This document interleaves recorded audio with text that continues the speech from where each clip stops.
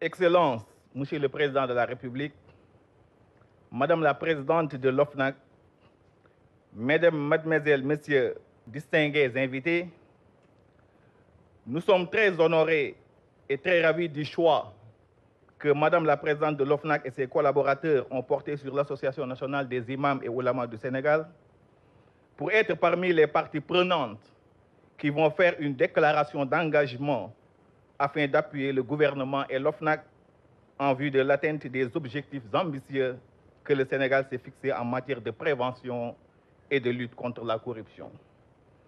L'Association nationale des imams et oulémas du Sénégal, regroupant tous les imams ratibs des 14 régions et des 46 départements du pays, sous la conduite de son président imam El Haj Moustapha Gueye, s'engage solennellement et résolument à appuyer le gouvernement du Sénégal et l'OFNAC dans la prévention et la lutte contre la corruption, qui est une pratique bannie par l'islam et par toutes les religions révélées. Le Coran nous dit وَلَا تُفْسِدُوا فِي الْأَرْضِ بَعْدَ إِصْلَاحِهَا. Ne semez pas la corruption sur terre après qu'elle ait été réformée. C'est par la gravité et la dangerosité qu'il y a dans cette pratique malsaine que le corrupteur et le corrompu sont tous sous la malédiction divine. Imam l'a rappelé tout de suite en Wolof, dans un hadith authentique du prophète Muhammad sallallahu alayhi wa sallam qui nous dit La'anallahu ar-rashi wal-murtashi. Que le corrupteur et le corrompu sont tous sous la malédiction divine. La corruption présente des conséquences néfastes et désastreuses sur tous les plans, économiques, politiques, sécuritaires, social et sanitaires. Sur le plan économique, la corruption fragilise et ruine l'économie d'un pays. Tout État où la corruption demeure la règle, cet État-là n'aura pas d'avenir et aura du mal à décoller. La lutte contre la corruption demeure la base de tout développement. Par conséquent, si nous voulons véritablement prétendre à l'émergence économique de nos États, qui est un vœu cher du président de la République, son Excellence M. Macky Sall, il nous faut absolument combattre la corruption à tous les niveaux et dans tous les secteurs d'activité. La corruption menace lourdement l'économie d'un pays, car elle favorise la concurrence déloyale et décourage l'investissement et le commerce. Elle affecte de manière disproportionnée la vie des groupes défavorisés, empêche l'inclusion sociale, engendre les inégalités et entrave la prospérité.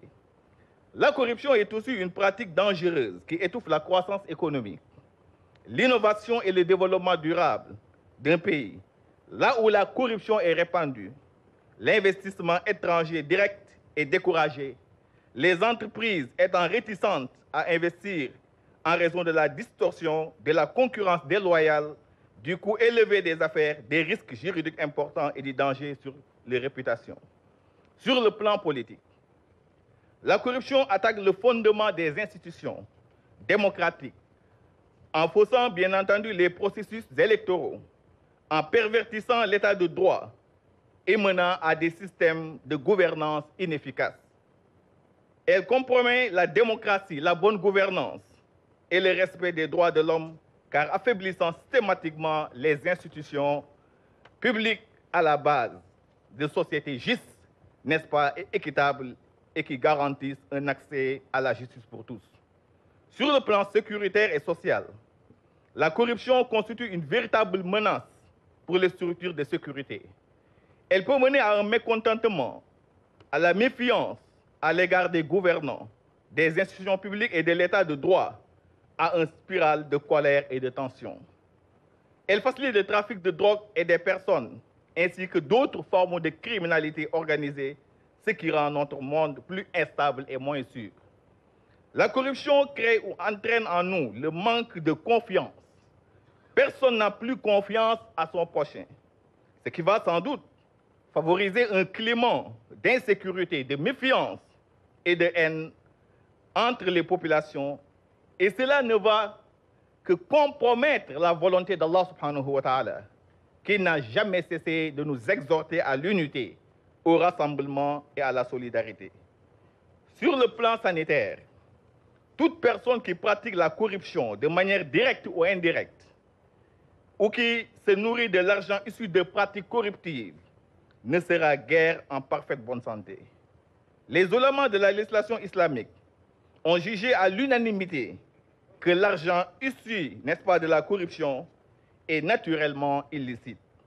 Par conséquent, le musulman ou le croyant même doit s'en abstenir non seulement pour être en parfaite bonne santé, mais aussi et surtout pour se préserver du feu de l'enfer au jour dernier. Au regard de l'islam, l'argent issu ou mal acquis est pire qu'un poison, car il ronge froidement et silencieusement l'organisme de la personne. Les docteurs de la jurisprudence islamique ont nettement démontré que la plupart des tumeurs qui existent aujourd'hui à travers le monde sont dues à la consommation de l'argent issu, n'est-ce pas, de la corruption, autrement dit de l'argent illicite ou mal acquis. L'Association des imams et oulémas du Sénégal, à travers ses cellules de formation, d'éducation, d'orientation et de sensibilisation, ne cesse d'exhorter les imams et oulémas à faire de la lutte contre la corruption leur cheval de bataille, pour que nos populations soient à l'abri de ses conséquences néfastes et désastreuses citées tantôt.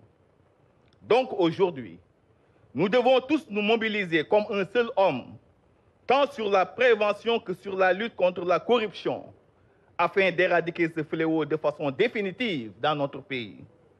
L'État du Sénégal, sous la conduite de son président de la République, son Excellence, M. Macky Sall, a fait un pas de géant en ce sens par la mise sur pied de structures telles que l'OFNAC, l'IGE, la Cour des comptes, entre autres. Ce qui prouve sa ferme volonté et sa ferme détermination d'éradiquer la corruption au Sénégal. Au demeurant, la lutte contre la corruption n'est pas chose aisée dans ce monde d'aujourd'hui. Il faut beaucoup de courage, de sacrifices, de détermination et de volonté pour le faire. Et cela, nous l'avons trouvé chez le président de la République, son Excellence Macky Sall. Nous l'avons trouvé également chez la présidente de l'OFNAC, notre sœur Adja Seynabou Ndiaye Diakhaté, qui n'a ménagé aucun effort pour s'ouvrir à toutes les couches de la société afin de discuter avec elles et surtout de les sensibiliser sur les conséquences néfastes de la corruption.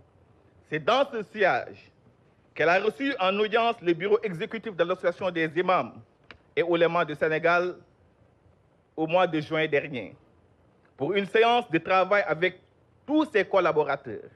Donc, nous pouvons dire sans risque de nous tromper que l'espoir est permis.